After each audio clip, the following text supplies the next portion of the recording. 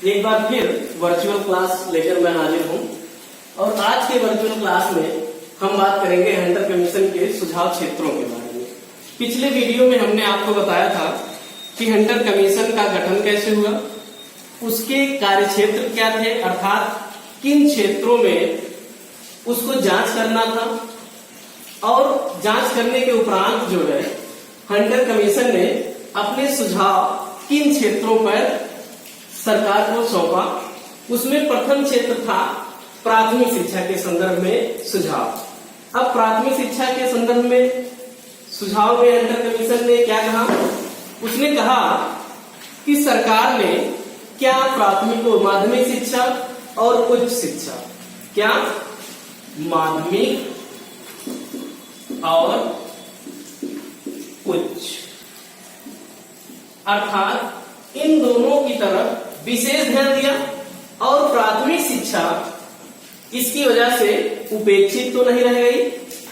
अब अगर उपेक्षित रह गई है तो सरकार को अब उसके लिए, उसके प्रसार के लिए क्या कदम उठाने चाहिए और कहां पर कमियां रह गई हैं, उन कमियों को कैसे दूर किया जाए। अब उसमें सबसे पहले बात आती है शिक्षा में प्राथमिक शिक्षा के प्रशासन। तो प्रशासन के संदर्भ में हंटर कमीशन ने क्या कहा प्राथमिक शिक्षा के, हंटर कमीशन ने ये कहा कि इसका प्रशासन जो है ये सरकार क्या करे, स्थानीय निकायों के हाथ में दे दे। इसके साथ ही साथ स्थानीय निकाय, महानगर पालिकाओं, महानगर पालिका और जिला परिषद, जिला परिषद, इनको जो है इनके अर्थात प्राथमिक शिक्षा के प्रशासन की जिम्मेदारी दे दिया जाए, जिससे जो है सरकार का दायित्व जो है कम हो जाएगा, अर्थात उसका भार जो है इन सबको इसकी जिम्मेदारी देने की वजह से कम हो जाएगा। दूसरी चीज फिर बात आती है कि इसके लिए अर्थ संबंधी व्यवस्था कैसे किया जाए, अर्थात अब बात हम करते हैं प्राथमिक शिक्षा की आर्थिक व्यवस्था कैसे हो। इसके लिए हंटर कमीशन ने प्राथमिक शिक्षा को क्या सुझाव दिया, उसने कहा कि आर्थिक व्यवस्था के लिए क्या करे कि सरकार जो है वो स्थानीय संस्थाएं इसके लिए जो आर्थिक सिस्टम अर्थात जो भी धनराशि है उसको अलग रख दे, अर्थात पृथक रख दे। पृथक इसलिए रख दे ताकि जो है ये धनराशि जो है केवल और केवल प्राथमिक विद्यालयों के ऊपर ही खर्च किए जाए और खर्च करते समय ये विशेष रूप से ध्यान दिया जाए कि वो शहरी और ग्रामीण, शहरी और ग्रामीण क्षेत्र की धनराशि जो है वो भी अलग कर दी जाए, ताकि शहरी क्षेत्रों की धनराशि केवल शहरी क्षेत्रों के लिए और ग्रामीण क्षेत्रों की धनराशि ग्रामीण क्षेत्रों के ऊपर ही खर्च हो, ताकि जो है जो धनराशि जहां खर्च करना है वहीं खर्च की जा सके। दूसरी चीज जो स्थानीय संस्थाएं हैं, स्थानीय संस्थाएं इनको जो है आर्थिक सहायता जो प्रांतीय प्रशासन दे वो और अधिक दे, ताकि जो है स्थानीय संस्थाएं प्राथमिक शिक्षा का प्रसार आसानी से कर सकें। अब हम फिर बात करते हैं माध्यमिक शिक्षा के लिए हंटर कमीशन ने क्या सुझाव दिए। तो सबसे पहले बात करते हैं, क्योंकि हंटर कमीशन के जांच का जो मुख्य विषय था वो फोकस था किस पर, प्राथमिक पर। सबसे ज्यादा उसका फोकस था जांच के लिए प्राथमिक शिक्षा पर। अब इसके बाद आता है माध्यमिक शिक्षा के लिए सुझाव। तो माध्यमिक शिक्षा के लिए हंटर कमीशन ने क्या कहा कि सरकार ने माध्यमिक शिक्षा और उच्च शिक्षा के लिए तो काम किया है, लेकिन उसके बावजूद यदि कोई कमियां रह गई तो उन कमियों को कैसे दूर किया जाए और दूर करने के लिए कुछ उपाय बताए।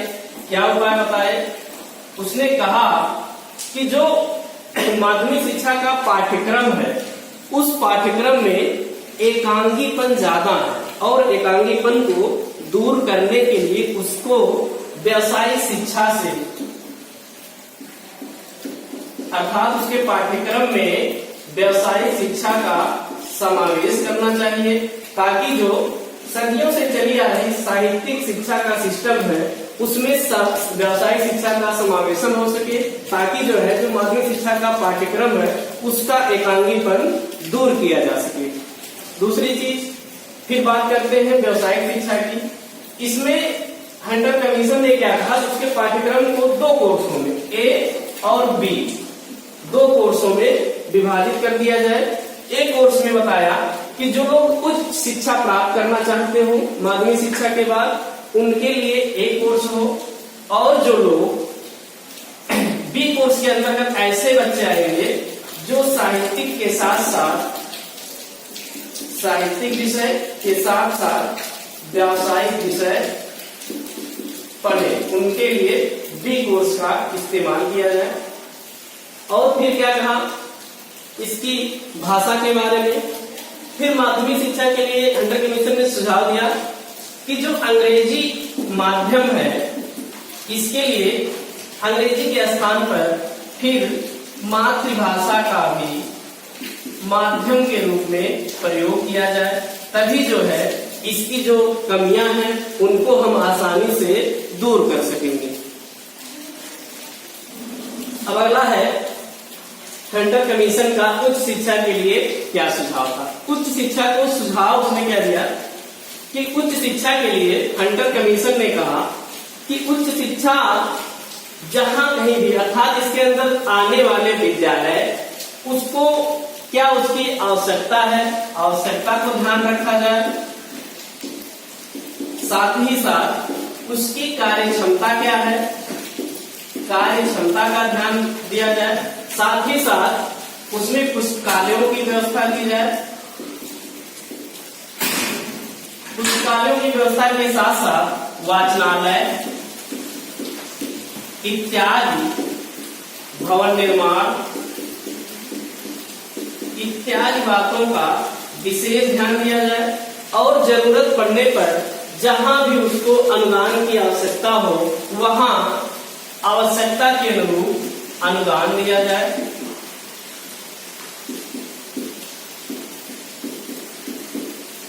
ताकि हम उच्च शिक्षा के स्तर को ऊंचा उठा सके और उसके अंदर जो भी कमियां हो उस कमियों को दूर करें।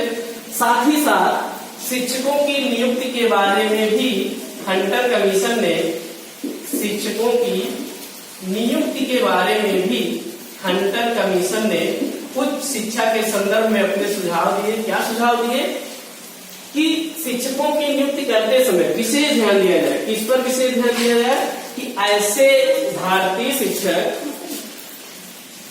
हाँ तो बात हम कर रहे थे शिक्षकों की नियुक्ति के संदर्भ में। हंटर कमीशन ने क्या कहा, उसने ये कहा कि यहाँ हमें सबसे जो ऐसे जो यूरोपीय ज्ञान प्राप्त किए हुए हैं ऐसे शिक्षक जो भारतीय हैं, साथ ही साथ जो यूरोपीय ज्ञान प्राप्त किए हुए हैं उनको जो है नियुक्ति में प्राथमिकता दी जाए, ताकि भारतीय भी अपने भाषा के माध्यम से यूरोपीय ज्ञान का उच्च शिक्षा में उपयोग कर सके। फिर अगला सुझाव था हंटर कमीशन का सहायता अनुदान प्रणाली के संदर्भ में सुझाव। अब उसमें उसने पहला सुझाव दिया कि परीक्षा फल वेतन प्रणाली केवल प्राथमिक विद्यालयों में ही लागू किया जाए और प्रांत इसके लिए स्वतंत्र हो। स्वतंत्र कैसे हो, अर्थात प्रांतों के ऊपर राज्य के प्रशासन के ऊपर ये स्वतंत्रता हो उसके लिए कि वो अपने राज्य में किस अनुदान प्रणाली को लागू करते हैं। दूसरे, अनुदान संबंधी नियमों में परिवर्तन करते समय, कहने मतलब जो अनुदान दिया जाता है उसके नियम में जब कभी भी परिवर्तन किया जाए तो उसके लिए जो गैर सरकारी स्कूलों के प्रबंधक हैं उनकी राय अवश्य ली जाए। तीसरी चीज है अनुदान के नियमों का हिंदी में अनुवाद कराया जाए। क्यों कराया जाए, इसलिए उसने सुझाव दिया क्योंकि जो अनुदान के नियम थे वो अंग्रेजी में थे और इतने कड़े थे कि जो भारतीयों की समझ से परे थे। इसलिए उसने कहा कि अनुदान के नियमों का हिंदी भाषा में अनुवाद करा दिया जाए और गैर सरकारी विद्यालयों के प्रबंधकों की उसमें जो है उसके पास भेज दिया जाए, उनके पास अनुवाद करके हिंदी भाषा में। और फिर क्या कहा कि जो निम्न या अनुसूचित जाति या फिर पिछड़े जाति, फिर हंटर कमीशन ने क्या कहा कि जो अनुसूचित जाति या पिछड़े जातियों के वर्गों के विद्यालय हैं उनके लिए सरकार को अतिरिक्त अनुदान, सहायता अनुदान देना चाहिए। साथ ही साथ उसने क्या कहा कि विद्यालयों में पुस्तकालय, भवन निर्माण, फर्नीचर इत्यादि के लिए भी अलग से सहायता अनुदान प्रणाली विद्यालयों को दिए जाए। देखिए, फिर हंटर कमीशन ने जो अपने सुझाव दिए उसका क्षेत्र था स्त्री शिक्षा। स्त्री शिक्षा के बारे में हंटर कमीशन ने क्या सुझाव दिया?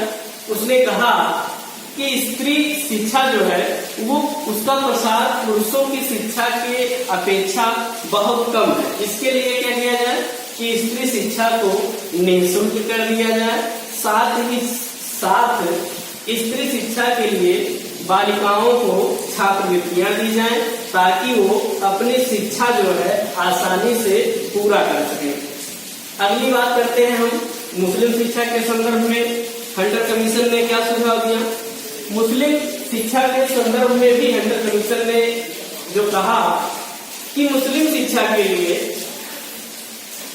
उसके प्रसार हेतु अरबी, फारसी विद्यालयों का स्थापना किया जाए और अरबी फारसी भाषा में मुस्लिम शिक्षा का प्रसार किया जाए। साथ ही साथ ऐसे विद्यालयों को मान्यता दी जाए जो मौलवी या और कोई चला रहे हैं ताकि जो है मुस्लिम शिक्षा का भी प्रसार भारत में हो सके। अब फिर अगला बात करते हैं हरिजनों एवं पिछड़े वर्गों की शिक्षा। कोई भी कमीशन पहली बार जो है वो हरिजनों एवं पिछड़े वर्गों की शिक्षा के बारे में अपना सुझाव दिया और कहा कि समाज के ऐसे वर्ग हैं जो आर्थिक रूप और सामाजिक रूप दोनों रूपों में बहुत पिछड़े हैं और इनकी शिक्षा जो है लगभग शून्य है।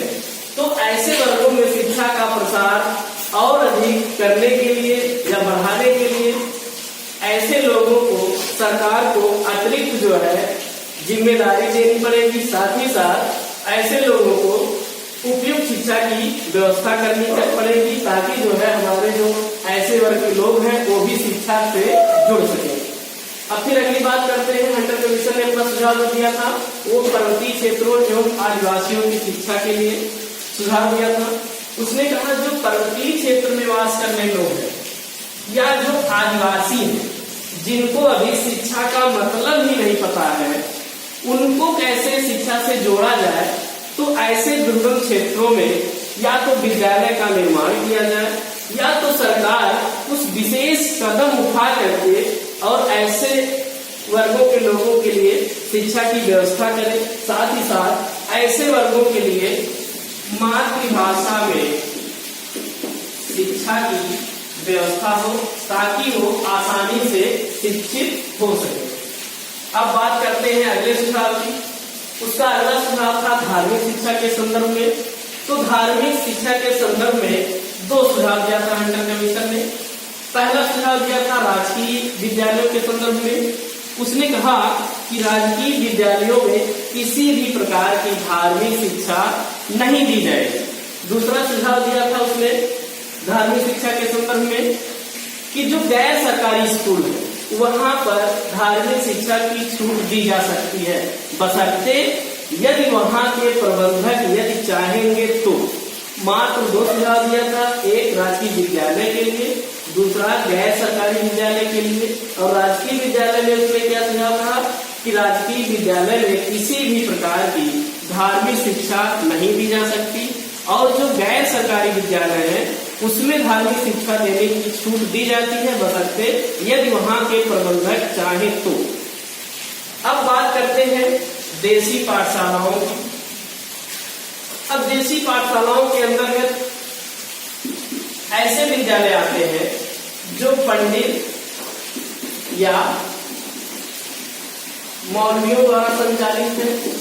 इसके लिए हंटर कमीशन ने कहा कि जो ऐसे देसी पाठशालाएं हैं जो पंडितों या मौलवियों द्वारा संचालित किए जाते हैं उनको भी सहायता अनुदान दिया जाए और इसके साथ साथ उनको मान्यता दी जाए, ताकि जो है हमारी देसी पाठशालाएं भी शिक्षा में अपना भरपूर सहयोग दे सके। अब ये हो गया आपका हंटर कमीशन के सुझाव क्षेत्र, जिसमें 10 क्षेत्र थे जिसमें हंटर कमीशन ने अपना सुझाव दिया।